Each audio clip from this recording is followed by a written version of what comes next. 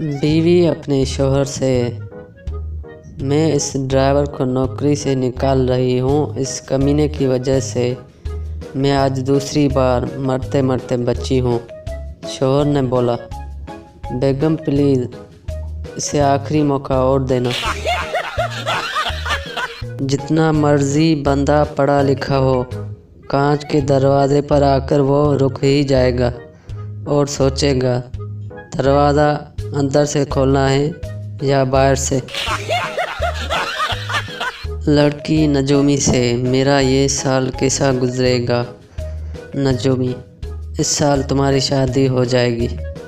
लड़की, मेरे 2 रिश्ते आए हैं, एक मामू के बेटे का, दूसरा चचा के बेटे का।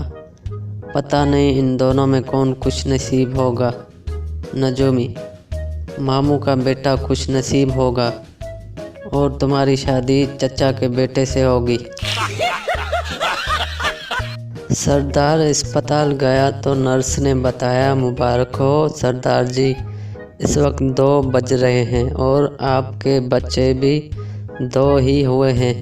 सरदार, शुक्र है मैं 12 बजे नहीं आया।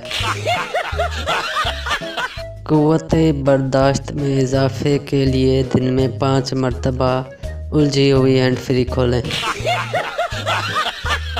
एक सरदार ने छोटे कद की लड़की से शादी कर ली।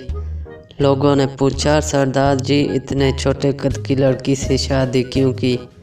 सरदार, मेरे दादा ने कहा था, मुसीबत जितनी छोटी हो उतना ही अच्छा होता है।